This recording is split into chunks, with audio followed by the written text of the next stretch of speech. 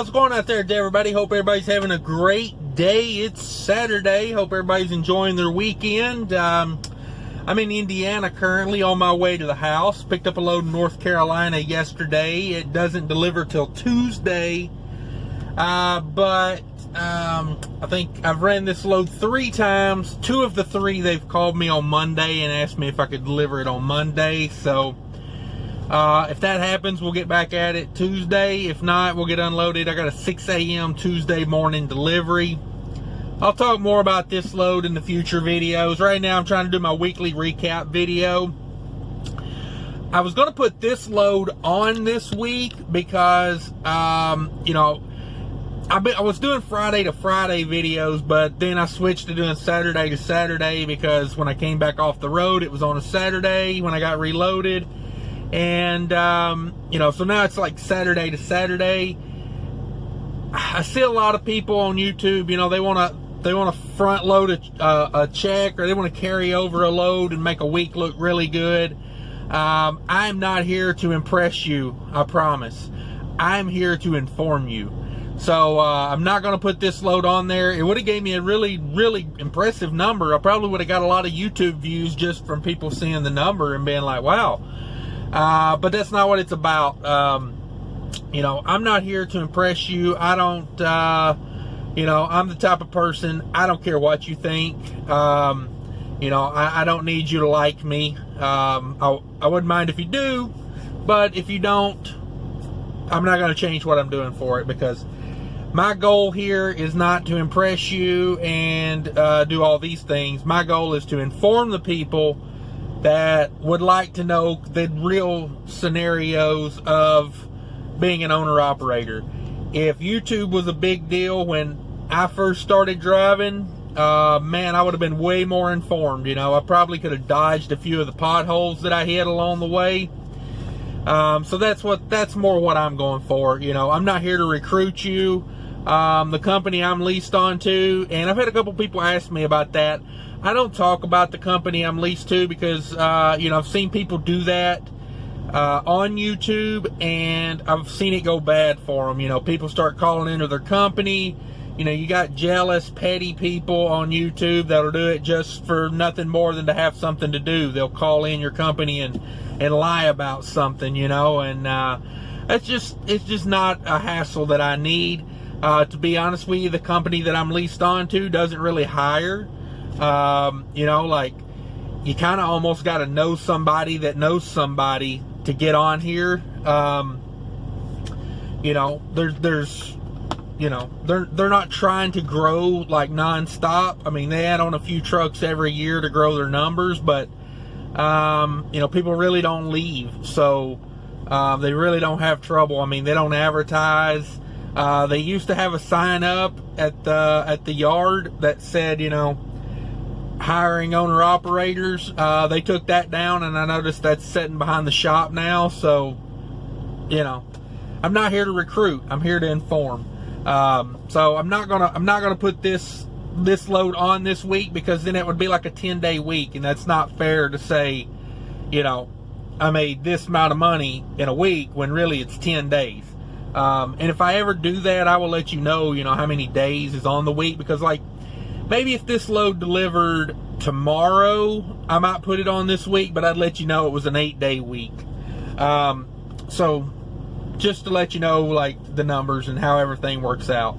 So I did 2 loads this week. I went from Minnesota to Florida, and then I sat in Florida for a day more than I wanted to, because I had a load of watermelons booked coming back, and apparently the watermelons were not up to par, I guess. I don't know, because I had it all lined up, and then they called me the morning I was supposed to be picking up in the afternoon. They called me in the morning and said, hey, you know, they're not going to ship those watermelons today. And so I was like, okay, well, now I'm scrounging. I got to find something. So I knew I could get these North Carolina loads. I got a load of chicken on right now, weighs about 40,000 pounds. A little side note real quick, getting 8 miles a gallon with 40,000 pounds of chicken coming from North Carolina across 40, up 74, up 77 across the West Virginia Turnpike to Charleston to 235. I got fuel in Bidwell, Ohio. It's the Loves on US 35 right there, about an hour after you come out of Charleston going north. So it was about a 700 miles I put on between fill-ups there, and yeah, it was like 90 something gallons I put in. So 8 miles a gallon. I am so impressed. But yeah, just a little side note. Sorry, I keep getting off track. I'll talk more about that in the next video. Did really good again this week with fuel, though, to stay on that subject. The second load I did was from Orlando up to North Carolina, up to the cold storage there. Went to Americold up in North Carolina. That was a pretty good load. I got 10.2 miles a gallon on that load. You know, it was 25,000 pound load. It's 90, you know, it's up 95. It was flat ground basically the whole way. A little bit of rolling hills, but nothing crazy. And 25,000 pound load. So got 10.2 miles per gallon. You know, bought fuel there in South Carolina at $2.04 a gallon. That puts my cost per mile in at about 20 cents a gallon on that trip. Excuse me, 20 cents a mile. On that trip. You know, that's pretty darn good because, you know, that lowers my cost per mile to operate down, which helps me, you know, turn more of a profit. And that's what it's all about. So, did that load, Florida to North Carolina. I have idled quite a bit this week, more than I want. I would say in the past week, and I'm going to start writing it down more. I don't idle all the way through the night. You know, typically, and it's been cool enough. Other than the day in Florida, I got unloaded one morning, got reloaded like the next day in the middle of the day. So, you know, I had a good like 30-hour period there where I was sitting in Florida in the middle of the day at a rest area. And, you know, I probably idled 10 hours of that 30. So that's where most of my idle time came from, was right there. Like last night, I stayed in Charleston. You know, after about 7 o'clock, you know, it clouded over, sun went down, it got cool enough. I didn't have to idle all night. This truck's got the little fan on the vent. So when you pop your vent open, it's got a fan built into that vent. You know, when it's like 60 something degrees out, you know, mid 60s, 70s, you can cool the truck with that little fan on the vent. It really does a good job. And I got a big surprise coming for something that's going to help me with my idle time. You guys are definitely going to want to tune in for that, because if you're an owner operator and you do not have an APU, I'm fixing to show you how to save thousands of dollars with a $100 investment. So you can guess at what you think it is, but you're going to be amazed when I show you. I've done a lot of research on it, just waiting for it to come in. I'll install it on the truck. I'll do a video when I install the product to show everybody how to hook it up. But yeah, it's going to be a game changer. I would say my 30-hour idle time with this new thing I got coming would probably be, I'm going to say it's going to cut idle time by 2/3 right off the bat. So that probably would bring me down to $10 or 10 hours of idle time. So this week, you can estimate if I idled 30 hours, I spent like $60 idling the truck, which ain't going to put you out of business if you're running a sound business and you're getting, you know, 8-9 miles a gallon when you are moving to run the truck. You know, because the fact of the matter is that load, or when I was getting, you know, I got 8 miles a gallon from North Carolina to Charleston up to Bidwell. So that had a night of, you know, sitting around. I did idle the truck some last night when I first stopped, you know, when the truck's still hot and everything's still, you know, putting off heat. I did crank the truck and let it run for a little bit just to cool the inside down. So, you know, and even with idling for a couple hours last night, I still had over 8 miles a gallon when I went and fueled. So it's not killing me to idle the truck, but you know, it's business. You gotta, I tell people business is like boxing.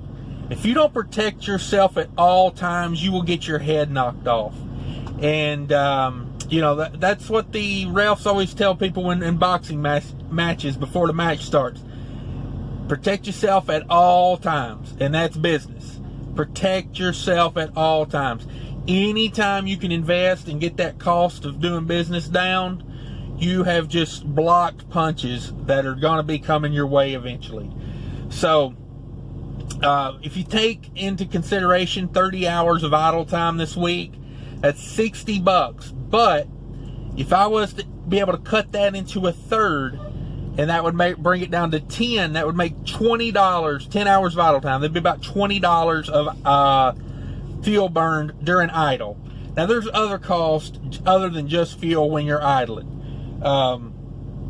You know, you guys know what they are. I don't have to go over all of them. Your air compressor's running, alternators running, all this good stuff. So there's more cost involved. Now, I do my oil changes every 20 to 25,000 miles. I try to get closer to 20 than 25. The intervals on this truck are supposed to be 50,000 because it's got a built-in bypass filter on it. So when I idle some, I don't worry about my oil dying or getting, you know, wore down. The base on the oil getting, you know, wore down as quick, because I'm putting pretty fresh oil in, you know, pretty like on a sorry, I can't talk today apparently, on a tighter schedule than what is recommended. So I don't worry about my oil so much on that. But yeah, let me get back to the numbers, man. I am trailing off like crazy, but hopefully you're getting something out of the trailing. But yeah, stay tuned for the upcoming add-on to the truck that is going to massively slash idle time. If you're not subscribed, now would be the time. You're gonna love this. I mean, when people see this, if you're an owner-operator, you'll be buying one by the end of the day. I guarantee it. It's I had this planned when I bought this truck. I don't know. I just hadn't got around. I've been reviewing the product, and I kind of thought this was what I was going to do, because don't get me wrong, if I had 10 to 12 grand laying around that, you know, like, I don't know if you guys got kids or not, but, you know, it takes a while for me to build that kind of money in the business account, because, you know, there's always stuff going on with the business, you know, and payroll, got to pay myself. So I'm looking at it like, I wouldn't spend $12,000 of my own money. I would not finance $12,000 for an APU. That's what I'm getting at. Because this truck has 400,000 miles on it.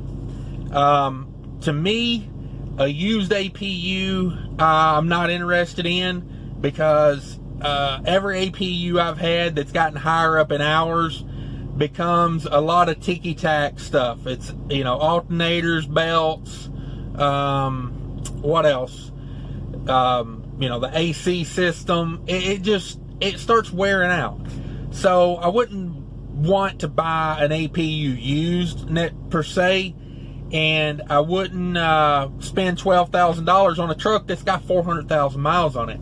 Now, if I went out right now and I was going to buy a brand new truck straight off the lot, which number one I would never do, because I ain't paying that 12% FET tax. I'm not paying the roll off the lot price that, you know, a guy buying one truck pays.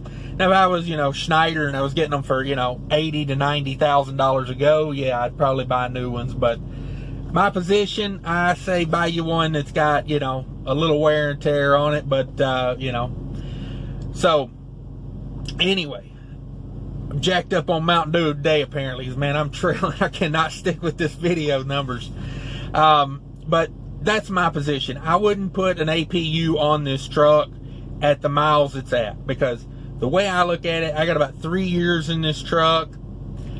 I specifically wanted this truck. When I was shopping trucks, I wanted a Cascadia Evolution I. I want fuel economy. Now, given fuel's dropped off the, I could have bought a W900 and been running it right now with the fuel cost at where they're at and still making good money. But at the end of the day, I bought this truck for about 2.5 to 3 year time frame before I move on. So we never know, look at oil prices. You never know where they're going to be in 2 to 3 years. So that's why I wanted a truck that was super fuel efficient. The only bummer, I finally found the truck I wanted. I finally found it local. This dealership where I got this is like not far from my house. I was like, wow, it comes from a company that's not a bottom feeder company. It's got some options on it. It's got some driver comfort stuff on it. The only thing it did not have that just bummed me out was it did not have an APU on it. So I'm not against APUs. I just financially, as a business decision, I'm not going to spend $10,000 to $12,000 to put an APU on this truck for 2 to 3 years. Yeah, I could take it off and put it on the next truck, but there we go again, adding cost. So to me, I had to find another solution, and I found it. I'll get it put on when I get it put on. Literally, if I could shave $40 off the $60 I spent this week idling the truck, I'd almost pay for the thing already. I'm paying $100 for this. So, I just can't tease that enough, man. I really hope you guys tune in for that. It's gonna be impressive, I think. So once I get it all set up, I hope it shows you other owner operators out there that don't have an APU and I've got a bunk heater. So in the winter, and I live in Minnesota, so 6 months out of the year, I need the bunk heater more than I need to run the truck for AC. That's another thing with adding the APU, is I'm not going to benefit from the APU. Like if I lived in Arizona, it would probably weigh out the cost a little bit different. But anyway, back to the numbers. Somebody told me I was a bag of wind one day in a comment. And, I thought about it and I was like, ugh, that guy. But I can't argue with him. Everybody gets on to me about not sticking with the, if I had a radio station, it would be WADD, We would only play the first 30 seconds of every song, and then we'd move on to the next one. But anyway, back to these numbers. 2 loads, $3,500 to go from Minnesota to Florida. $1,300 to run from Orlando area up to North Carolina. $4,800 revenue this week. Not a great week. That day sitting in Florida, that first load was kind of stretched out a little bit. On time, it gave me like 3 days to go from Minnesota to Florida, like 1,600 miles. That's nothing. Sitting in Florida for a day, and then I guess technically I loaded this load Friday morning. So it was really like a Saturday to a Thursday, and I was empty by like 2 in the afternoon Thursday. So I guess that's why revenue's down for the week, because it was kind of a short week. Like you could almost consider half of this load to go on this week I'm talking about. So to give you an idea, that's really like I got loaded Saturday afternoon to like a Thursday afternoon. What is that, like 5 days? I think, I don't know. Somebody do the math on that. That's like a 5-day week, so it's not crazy bad, but $4,800 total revenue to the carrier. That puts $3,840 in my business account. Like I said, not a killer week. 2,200 miles. I guess that explains why the revenue was down a little bit. 2,200 miles. That's $2.18 a mile to the carrier. That is $1.75 a mile to me. And yes, that is not a great rate to be pulling a reefer around. I mean, I can't lie with you. You know, I'm not gonna sit here and sugarcoat it. That's a disappointing rate for the week. To pull a reefer trailer around and deal with the reefer BS, I like to be at like 250. You know, all miles, because that's all miles. That's everything, deadhead and all. I like to be more around like 250, to be honest with you. You know, a lot of hassle in dealing with reefer, and I like to get paid for it, but I'm not going to complain too much. Rates are coming back up. From what I've seen, you know, some of these loads around, truck ratios are getting better. I think people are kind of getting back into their category. You know, I think flatbed guys are starting to see, I mean, I don't know if it's just me, but it seems like I've been seeing a lot of shingle, a lot of lumber. You know, things are moving again, it looks like. Not full capacity, but it looks like, you know, spring loads and flatbed are starting to move a little bit again. And that should help rates. So 218, I'm not going to cry about it. You know, I'm not going to go to Washington D.C. and you know, cry about it, but in my opinion, this time of year, it should be better than 218 a mile. Just my thoughts. So 4,800 to carrier, 3,840 to me.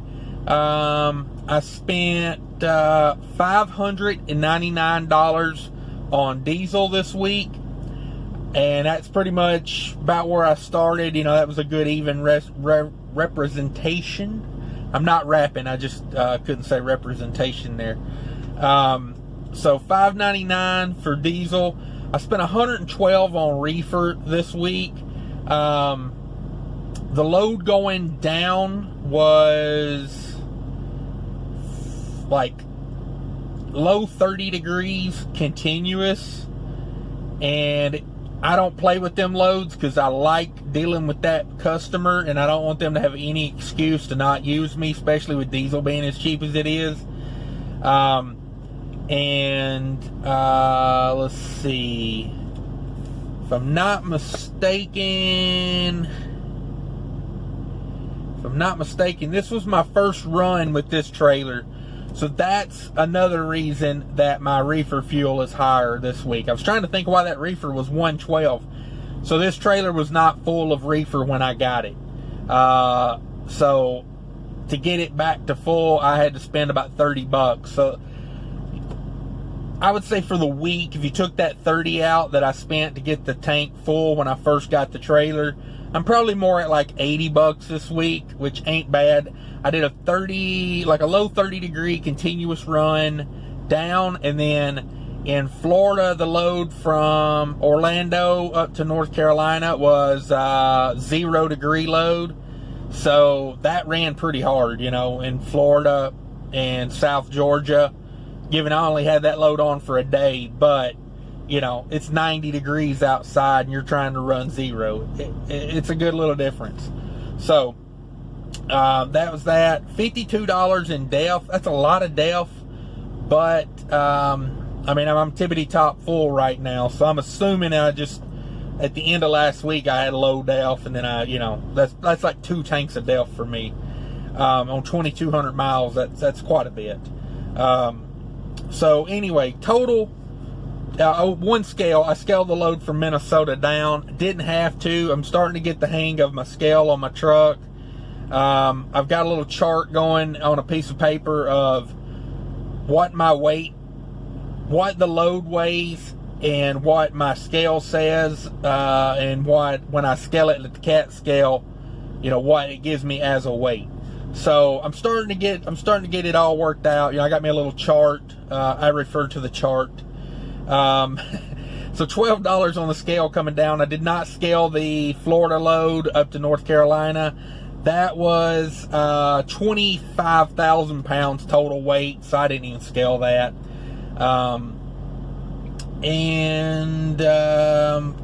See what else. That was it. That was it for cost. $775 on cost this week. So $3,840 to me, $775 on my cost, and I I didn't spend any on trailer washes because I don't pay for those, and no lumpers this week, so I don't pay for lumpers anyway, but just to let you know, no lumpers this week. So that left me $3,065 for the week to do what I got to do with. So I'm pretty happy with that. Like I said, it's you know, I feel like these reefer loads should be paying about 30 to 40 more cents a mile than they are right now.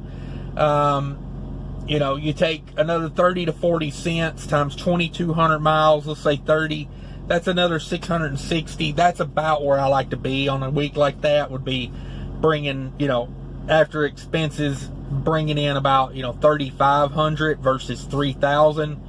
But it's the world we live in right now, and there ain't nothing I can do about it. So I just deal with it, and you know, keep on trucking, as they say. But anyway, guys, that was my week. I hope everybody else had a good week. I'll live with this week. If I have another one like this, though, I may end up going to Congress and telling them about it. And but anyway, guys, I'm gonna hop off here. Hit that like button, hit that subscribe button if you're not subscribed. If you stuck with me this far, man, I owe you a pat on the back, and I appreciate it. I hope I'm bringing some value to the situation. And if you could, leave me a comment, guys. I love comments, you know, because the way I look at comments is, I may not agree with you, but it's a different perspective sometimes. You know, guys say, well, this is the way I do it. You know, I'm not too proud to hear another opinion, so I appreciate those. Appreciate all the guys that leave comments. Anyway, take care of each other out there. Later.